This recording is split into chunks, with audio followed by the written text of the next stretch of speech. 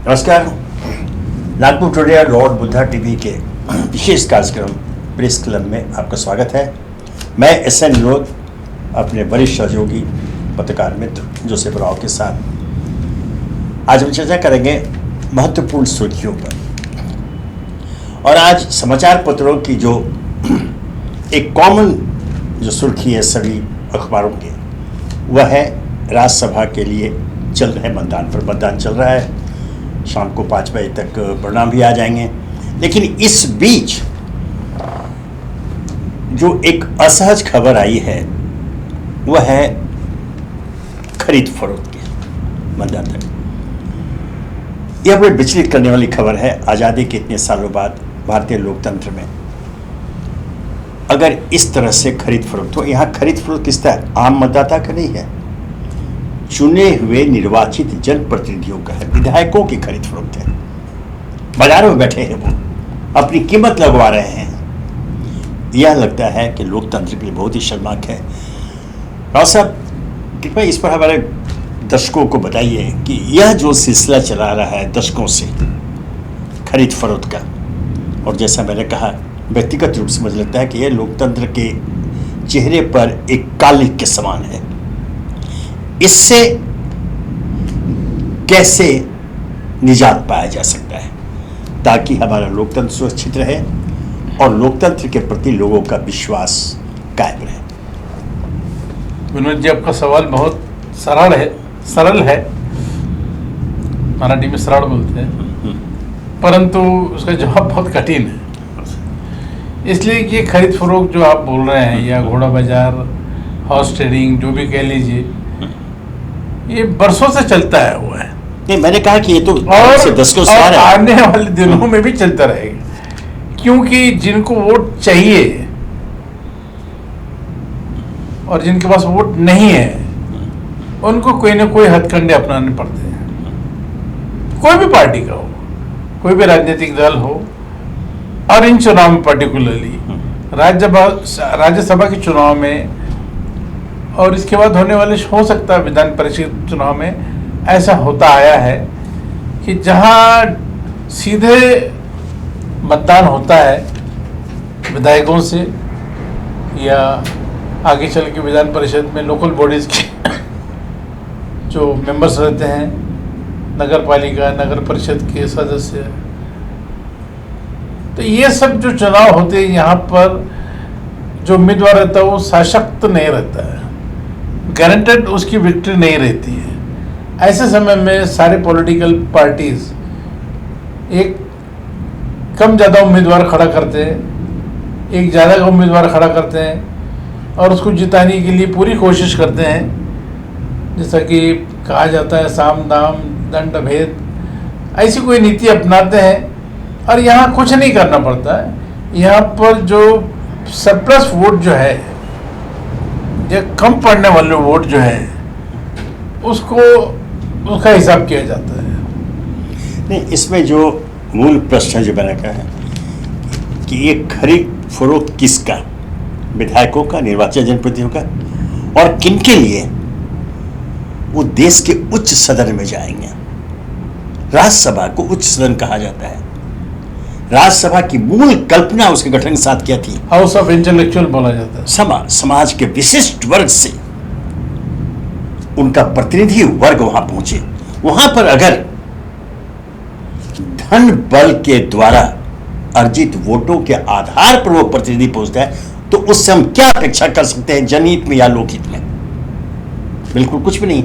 ऐसे मैंने कहा कि इस पर रोकथाम के क्या उपाय हो सकते हैं?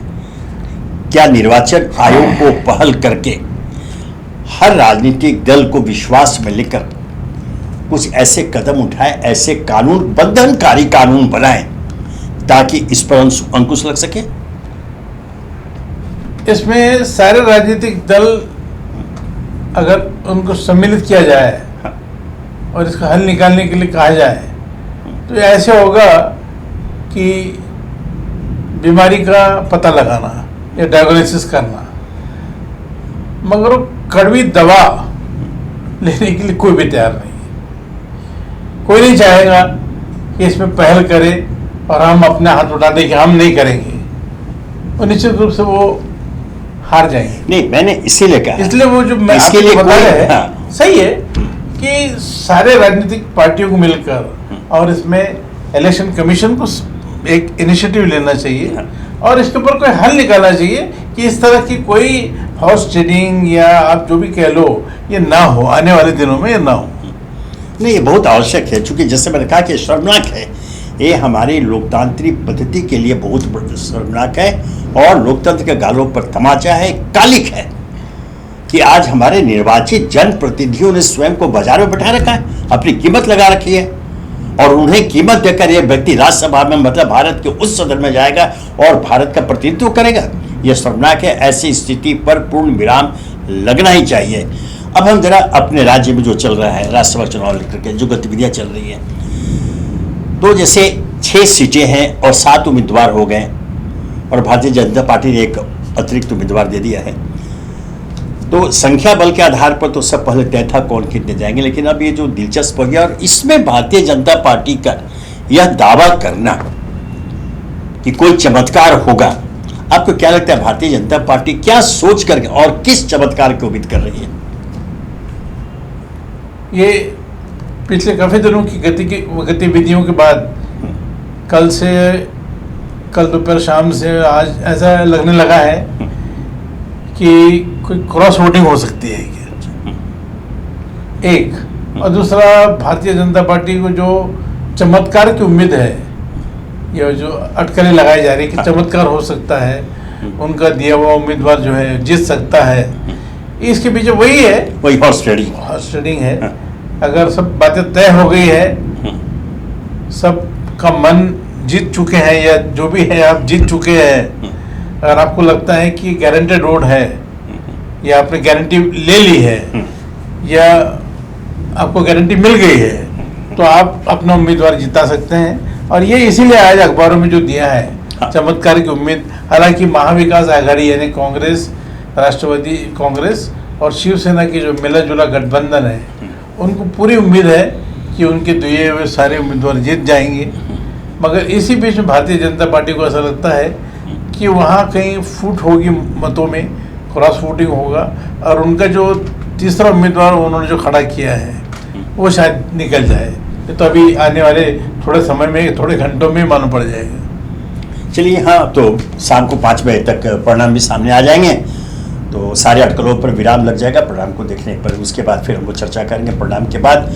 अब आगे बढ़े एक दूसरी खबर, महत्वपूर्ण, राष्ट्रपति चुनाव को लेकर।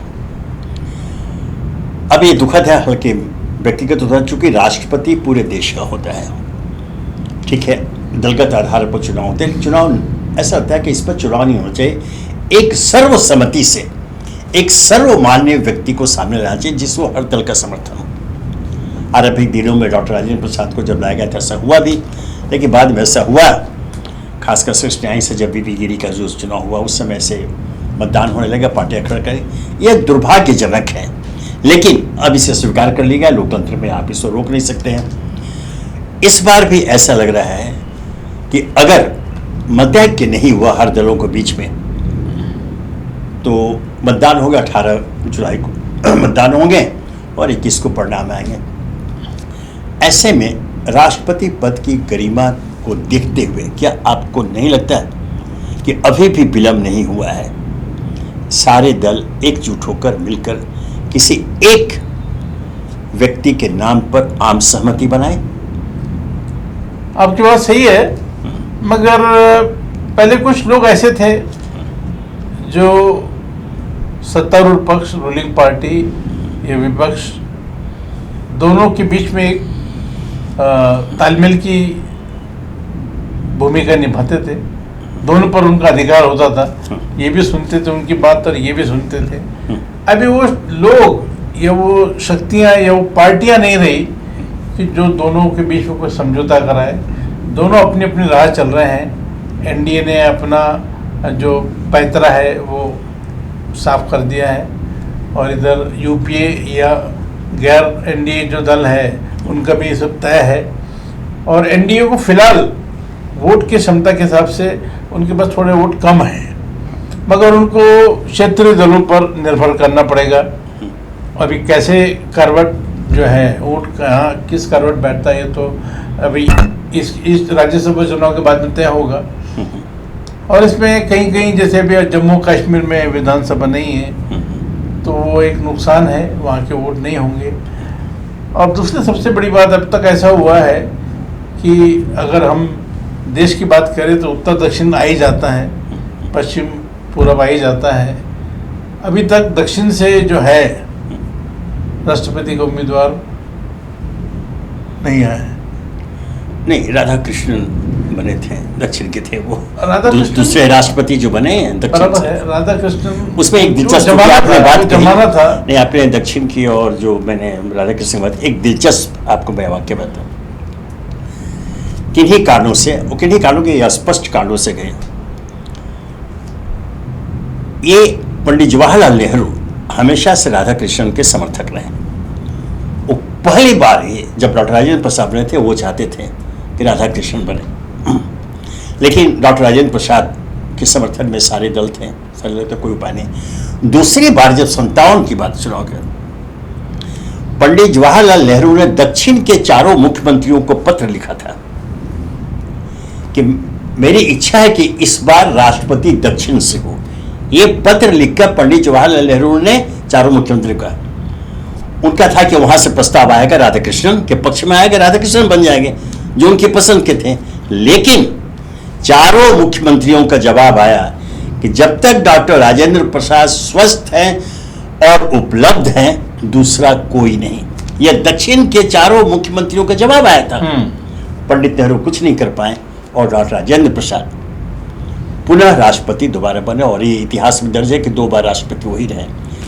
और ये जैसे आपने कहा कि जो ये विशुद्ध रूप से उनकी पात्रता थी, सर्वमान्य उनका व्यक्तित्व था, उनकी विद्वता थी जो राष्ट्रपति पद के लिए हर दृष्टि से उपयुक्त थी, किसी ने विरोध नहीं किया। अब दुखद उसके बाद जो दूसरे बार राधा कृष्णन है, राधा कृष्णन में विद्वता में कोई प्रश्न चिन्ह नहीं था। शिक्षक दिवस उनके रहा था वो गुजरा, लेकिन उसके बाद से ऐसा होता रहा है। ये बहुत ही बड़ी कड़वाहट भरी खबर के रूप में सामने आती है कि उम्मीदवारी को लेकर के और उसके व्यक्तित्व को लेकर के चर्चा होती है। और पूरी क्षमा के साथ कभी कभी तो ऐसा भी हुआ कि ऐसे व्यक्ति को राष्ट्रपति पद पर बैठाया गया, क्षमा करेंगे, मैं पूरा क्षमा चाहूँगा, जिसे सामान्य जनमानस ने भी स्वीकार नहीं किया था। राष्ट्रपति एक दूसरा एक पद होता है, पद वैसे अलंकारिक है लेकिन देश का सर्वोच्च पद पर बैठा हुआ व्यक्ति है ना, अगर उसके विषय में एक स्कूली बच्चा भी टिप्पणी करे तो अच्छी बात नहीं है। इसलिए उम्मीदवार के चयन के पूर्व सत्ताधारी दल का विशेषकर, चूंकि वो बहुमत होता है, उनका दायित्व बनता है एक ऐसे कंसेंसस से एक सर्वमान्य व्यक्ति को लगा।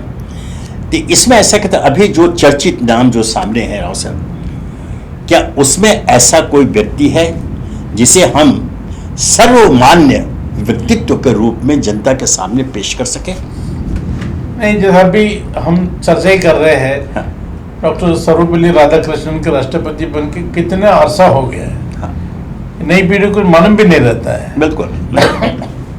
अभी जो है जो मीडिया में चर्चा आ रही है, शायद कोई महिला को राष्ट्रपति बना सकते हैं, और दूसरा शायद झुकाव ऐसा है कोई आदिवासी महिला को बनाया जा सकता है, या पिछड़े वर्ग की महिला को, या ओबीसी की महिला को बनाया जा सकता है। इसमें कुछ नाम जो मीडिया में चर्चा में है जी, पर्टिकुलरली चैनल में भी, अखबारों ने तो अभी चालू नहीं किया अपना रोल, मगर कुछ चर्चाएं ऐसी है कि हमारे मध्य प्रदेश के में बालाघाट और इधर से संबंधित जो है श्रीमती अनुसुईया उइके, उनका नाम कुछ चल रहा है चर्चा में। फिर द्रौपदी मुर्मू जो राज्यपाल है, उनका भी नाम सामने आया है। और तमिलसलाई सौंदरराजन, ये भी राज्यपाल है इधर दक्षिण में, उनका भी नाम चल रहा है। इस तरह से कुछ कुछ महिलाओं के नाम आ रहे, सुमित्रा महाजन जो पूर्व लोकसभा स्पीकर रही है, उनका भी नाम है। और बहुत पहले आनंदीबेन पटेल जो उत्तर प्रदेश की राज्यपाल, उनका भी नाम आया था। मगर चूंकि प्रधानमंत्री भी गुजरात से है, इसलिए मुझे नहीं लगता कि आनंदीबेन को कोई राष्ट्रपति बनाएगा, क्योंकि दोनों एक ही स्टेट के नहीं हो सकते हैं। तो अभी ये नाम कुछ आया है, और नाम तो ये तो अभी 2-3 दिन और चलेंगे। आज के चुनाव के बाद, राज्यसभा के चुनाव खत्म होने के बाद, ये सारा जो ध्यान है फिर वो राष्ट्रपति के चुनाव की तरफ जाएगा। तभी चर्चाएं होंगी, जब दिल्ली लोग जमा होंगे ये सब लोग, तब ये सिलसिला शुरू होगा। तो शायद हो सकता है कि अगर पुरुष का नाम देखा जाए तो कुछ अफवाहें ऐसी भी चल रही थी कि किसी मुस्लिम को राष्ट्रपति बनाया जा सकता है, किसी माइनॉरिटी के आदमी को बनाया जा सकता है। उसमें आरिफ मोहम्मद खान जो केरला के राज्यपाल है, उनका नाम भी आया, मगर वो इस दौड़ में शायद पिछड़ गए। अभी उनका नाम ज़्यादा उछाला नहीं जा रहा है। अभी आने वाले 1-2 दिन में तो ये स्पष्ट हो जाएगा कि कहाँ से कैसे नाम सामने आते हैं। और कांग्रेस अध्यक्ष सोनिया गांधी ने इस चुनाव के, राष्ट्रपति चुनाव के लिए जो अपने गैर एनडीए के जो दल है उनसे बातचीत शुरू की है। कल उन्होंने ममता बनर्जी से बात की है, और भी लोगों से बात चालू की है। अपने राष्ट्रवादी कांग्रेस के अध्यक्ष और उनके पुराने जो साथी रहे हैं शरद पवार, उनसे बात की है। और कल बम्बई में शरद पवार साहब से ये लोग मिले भी है, मल्लिकार्जुन खड़गे और बाकी लोग।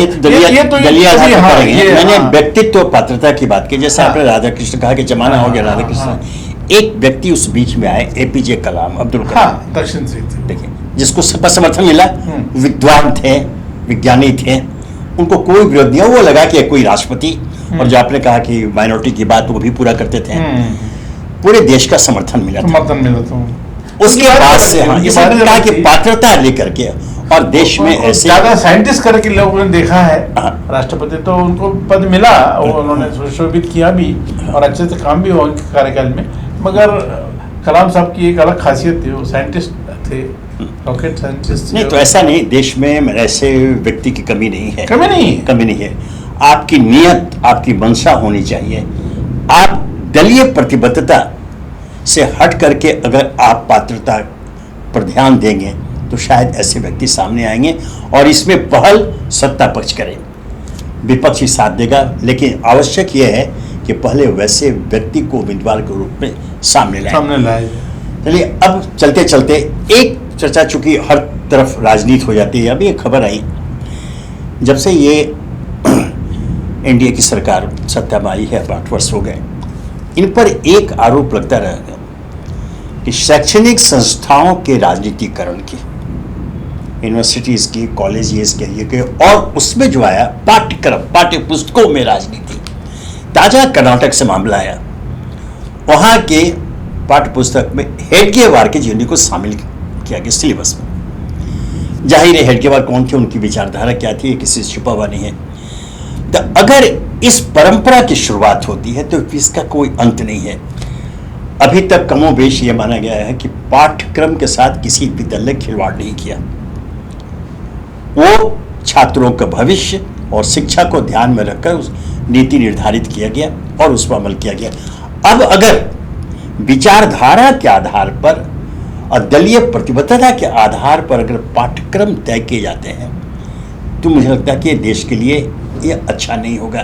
तो क्या आपको नहीं लगता कि ये कर्नाटक में ही इस पर अंकुश लगा के इस प्रस्ताव को रोक दिया जाना चाहिए? क्या है कि कर्नाटक या कुछ और ऐसे क्षेत्र है जहाँ इन जो सत्तारूढ़ जो दल है वो अपनी सरकार चला रहे हैं, तो एक्सपेरिमेंट के तौर पे ये करते हैं। अगर ये यहाँ चल गया ये सिक्का, तो ये सिक्के को हम सब जगह चलाएंगे, ऐसा उनका विचार रहता है। और उन्होंने कर्नाटक को चुना है क्योंकि आज कर्नाटक में उस पार्टी की सरकार है और जो केंद्र से जिसको तालमेल है, तो वो चाहते हैं कि इसको यहाँ पुश किया जाए। अगर लोगों ने विरोध नहीं किया, चल गया, तो बाकी जगह इसको ट्राई कर सकते हैं। ये बहुत ही दुखद है। कम से कम शिक्षा को राजनीति से अलग रखा जाना चाहिए। निश्चित रूप से, चूंकि यह पूरे देश के बच्चों के भविष्य से जुड़ा हुआ है, किसी एक विचारधारा से प्रभावित नहीं होना चाहिए, किसी एक दलगत प्रतिबद्धता से प्रभावित नहीं होना चाहिए। यह निष्पक्षता पूर्वक राष्ट्रहित में पाठ्यक्रम तय किए जाने चाहिए, जो अब तक कमोबेश होता रहा है, कोई उस पर आपत्ति नहीं की गई। लेकिन जो कर्नाटक में जो पहल की जा रही है, इसका विरोध हो रहा है और विरोध होना चाहिए। हमारी अपनी कोई विचारधारा हो सकती है, आपकी अपनी विचारधारा हो सकती है, लेकिन इसे हम व्यापक रूप से देश के बच्चों पर नहीं थोप सकते। आज की चर्चा में हम इसको विराम देते हैं। कल हम फिर हाजिर होंगे प्रेस क्लब में नई सुर्खियों पर चर्चा के लिए अपने मित्र जोसेफ राव के साथ। धन्यवाद।